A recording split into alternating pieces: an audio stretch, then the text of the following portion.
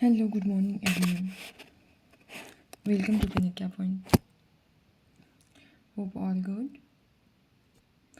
तो आज हम न्यूज़ इन डेप्थ और टुडेज करंट अफेयर्स में देखेंगे हम 3-4 टॉपिक हैं। तो चलिए शुरू करते हैं, एक एक करके देखते हैं। पहला है जेस्टेशनल डायबिटीज़। क्या है जेस्टेशनल डायबिटीज़? ये क्या है? सिंपल भाषा में डायबिटीज़ तो हम जानते हैं क्या कि डायबिटीज़ क्या होता है। जब ब्लड ग्लूकोज लेवल हमारे बॉडी में ब्लड शुगर लेवल हमारी बॉडी में बढ़ जाता है ना। और कभी और वो क्यों बढ़ता है? क्योंकि पेनक्रियाज जो या तो इंसुलिन बना नहीं पा रहा है या मतलब हमारे बॉडी में उस तरीके से रिस्पॉन्ड नहीं हो पा रहा है। दो ही वजह होता है। तो डायबिटीज़ हम देखेंगे इसमें कि कितने तरह के डायबिटीज़ होते हैं, टाइप 1 टाइप 2। कितने एज ग्रुप के लिए ज़्यादा ये क्रिटिकल होते हैं, इसको डायग्नोसिस कैसे करेंगे? तो ये जेस्टेशनल डायबिटीज़ क्या है? ये स्पेशली प्रेगनेंसी के दौरान डेवलप होता है। जेस्टेशनल डायबिटीज़ मेलिटस (जीडीएम) ये एक तरह का ग्लूकोज इंटॉलरेंस है जो प्रेगनेंसी के दौरान डेवलप होता है और मदर के ब्लड शुगर लेवल को अफेक्ट करता है। मदर और चाइल्ड दोनों को अफेक्ट करता है। रिस्पेक्टर इसका रहता है ओबेसिटी या मैटरनल एज, एडवांस्ड फैमिली का हिस्ट्री हो या ऐसे कुछ एथनिक बैकग्राउंड है, सर्टेन एथनिक, ये सब इसका रिस्क फैक्टर होता है कभी कभी ऑब्वियसली। इसलिए वजन भी इस टाइम पे कम रखने का आता है। डायग्नोसिस ये ग्लूकोज स्क्रीनिंग टेस्ट होता है एक, जो आपको 24 से 28 वीक्स के बीच करना होगा, है ना। अगर मतलब इसको अगर हो गया है तो डायग्नोसिस कैसे होगा? तो ग्लूकोज स्क्रीनिंग टेस्ट होता है जो 24 to 28 वीक्स के बीच होता है। मैनेजमेंट वही होगा कि ब्लड शुगर लेवल को हमें टाइम टू टाइम मॉनिटर करना होगा।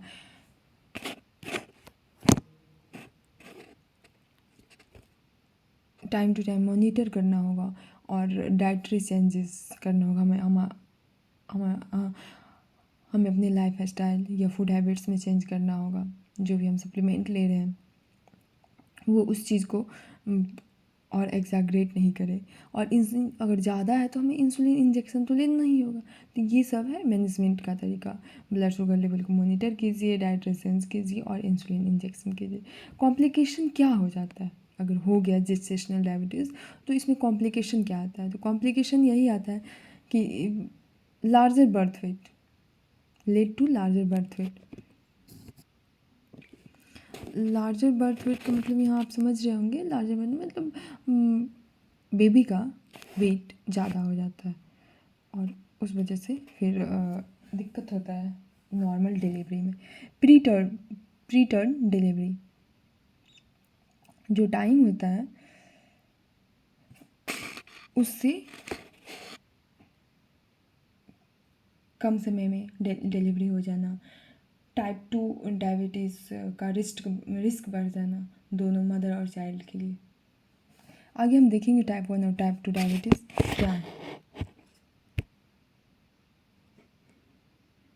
अभी क्या है, इंडिया को एक यूनिवर्सल, सिंपल और कॉस्ट इफ़ेक्टिव स्क्रीनिंग मेथड चाहिए की ज़रूरत है। और ये जेस्टेशनल डायबिटीज़ हम क्यों पढ़ रहे हैं? क्योंकि दिल्ली में एक दिल्ली डिक्लेरेशन करके ये डायबिटीज़ DPSI करके एक DIPSI करके एक हुआ था, उसके तहत उसमें बात किया गया था। हम अगला देखेंगे टाइप 1 और टाइप 2 डायबिटीज़। टाइप 1 डायबिटीज़ है तब होगा जब आपका पैनक्रिया जो इनफ इंसुलिन नहीं प्रोड्यूस कर पा रहा है। ये जनरली होता क्या है, 40 साल से नीचे के एज के को होता है। ये जनरली होता है और इसको हम प्रिवेंट भी कर सकते हैं। इंसुलिन थेरेपी मस्ट है। टाइप 2 डायबिटीज़ होता है, इसमें क्या होता है जब बॉडी जो है रिस्पॉन्ड नहीं कर पाता है इंसुलिन को सही से, इसमें कि प्रोड्यूस ही नहीं कर पाता। और टाइप 2 में है क्या कि रिस्पॉन्ड ही नहीं कर पा रहा है इंसुलिन को। स्पेशली जनरली देखा जाता है ओल्डर एज में होता है और इसको लाइफ स्टाइल चेंज से भी हम बदल सकते हैं। एक्सरसाइज, योगा, फूड हैबिट्स और इसको मैनेज भी कर सकते हैं।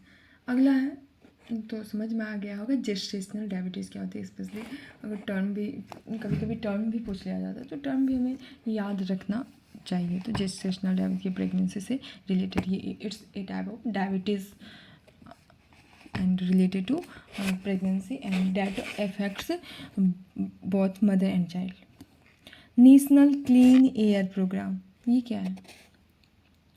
ये अभी जो एक असेसमेंट तैयार हुआ है, एक डाटा, एक नेशनल क्लीन एयर प्रोग्राम, ये जो है Delhi based centre for science और टेक्नोलॉजी के द्वारा एवेल्यूएट किया गया। किसको? NCAP को, नेशनल क्लीन एयर प्रोग्राम, जिसमें डाटा बताया कि सिटी का परफॉर्मेंस एडुकेट, जितने भी सिटीज़ में इंक्लूड किए गए थे उसका performance inadequate, complete performance नहीं है और कहीं ना कहीं कुछ लैग कर रहा है। आगे देखेंगे, लेकिन उससे पहले हम देख लेते हैं इसका नोडल मिनिस्ट्री कौन है। Ministry of earth forest and climate change launch जनवरी 2020 में। पहला नेशनल एफर्ट है जिसमें हम कि एयर क्वालिटी मैनेजमेंट के लिए एक फ्रेमवर्क तैयार कर रहे हैं, और वो फ्रेमवर्क का नाम क्या? National clean air programme. इसका उद्देश्य क्या है? ऑब्जेक्टिव वही है कि PM10 से PM5 ये कोर्स पार्टिकल होता है ना, उस लेवल्स को हम कम करें। कोर्स पार्टिकल PM10 और फाइन पार्टिकल PM25 हमको 20% से तक कम करना है विदिन 5 साल के अंदर। और 2017 जो है इस बेस ईयर माना है, इसका बेस ईयर 2017 को रखा है। टारगेट सिटीज़ 131 सिटीज़ को टारगेट कर रहा है, फोकस्ड है, फोकस करते हैं 120, जिसमें 123 जो है नॉन अटेनमेंट सिटीज़ है और एडिशनल MPC है। और नोट मीटिंग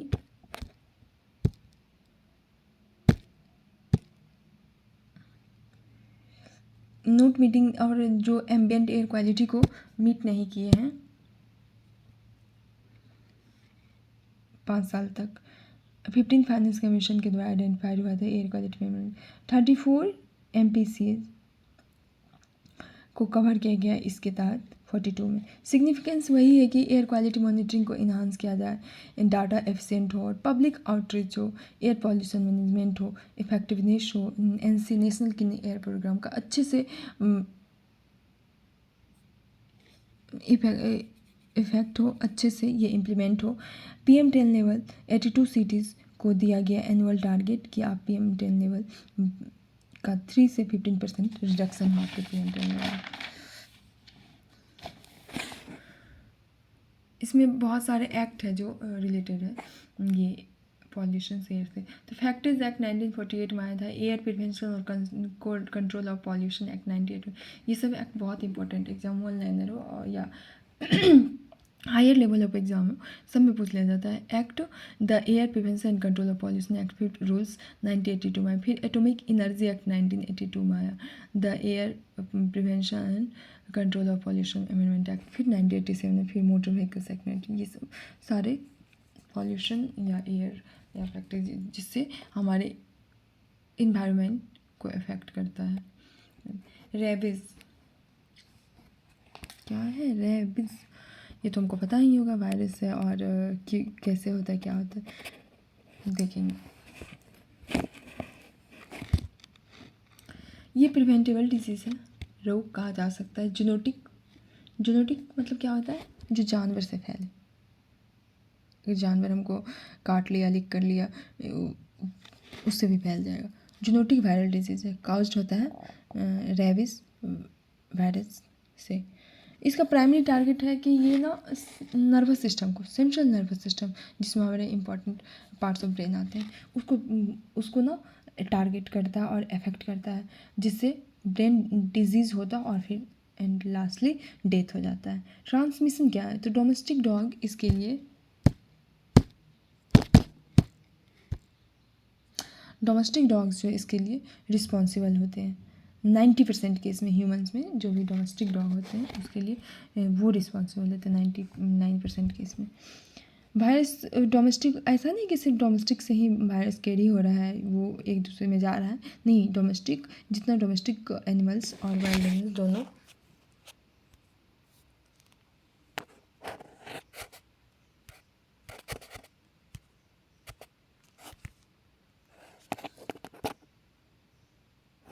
दोनों रिस्पॉन्सिबल है। हम बोले ना कभी कभी ये सेलेवा से भी फैलता है या direct contact of mucous membrane जैसे आइज माउथ और ओपन ओन्स, वो सब से भी ये वायरस फैलता है।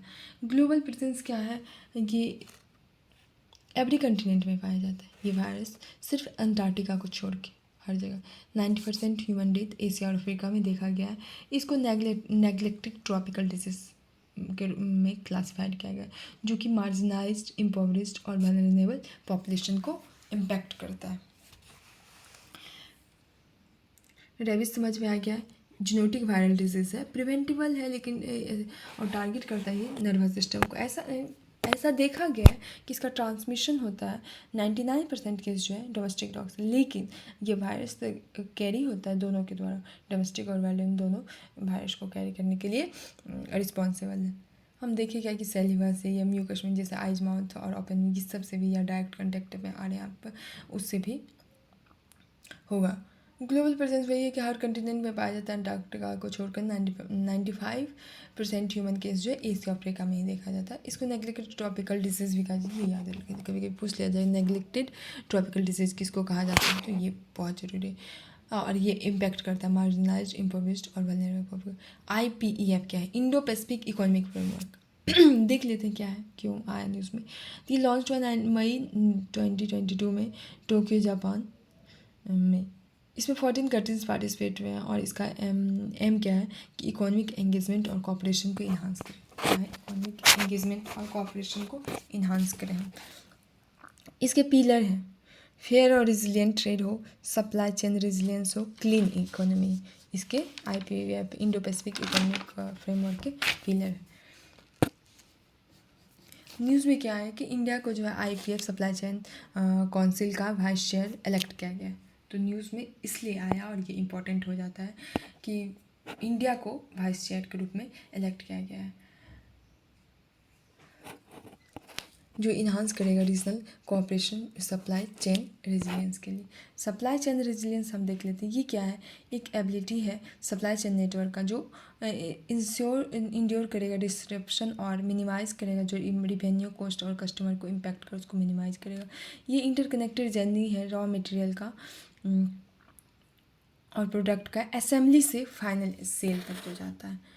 थ्रेट्स क्या है, जियोपॉलिटिकल थ्रेट है, जैसे अब प्रत्येक सप्लाई डिस्ट्रप्शन जो होता है रशिया यूक्रेन के कारण, एनर्जी सप्लाई डिस्ट्रप्शन उस रशिया यूक्रेन के कन्फ्लिक्ट के कारण डिस्टर्ब हुआ। इकोनॉमिक कारण क्या है कि डिमांड और सप्लाई शॉक्स जो है इंड्यूस्ड हुआ कोविड की वजह से। मेजर्स क्या ले सकते हैं हम, ग्लोबल SCR इनिशिएटिव ले सकते हैं, ऑस्ट्रेलिया और जापान के साथ क्वाड लिए SC इनिशिएटिव। डोमेस्टिक इनिशिएटिव वही है कि PM गति शक्ति नेशनल प्लान हम लाए, नेशनल लॉजिस्टिक पॉलिसी लाए, PLI स्कीम लाए।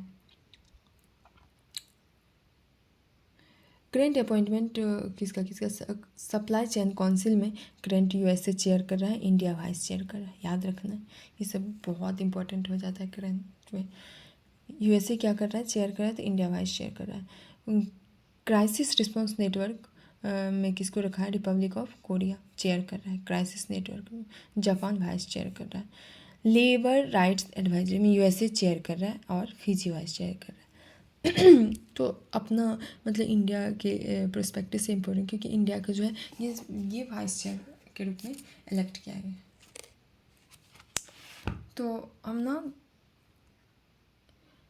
तो यही 3-4 टॉपिक था जो इन्वायरमेंट से था, साइंस से था, इंटरनेशनल था। तो होप समझ में आ गया होगा आज का टॉपिक, 3-4 टॉपिक ही था। I tried my best and I will try my best. तो चलिए आज के लिए थैंक यू।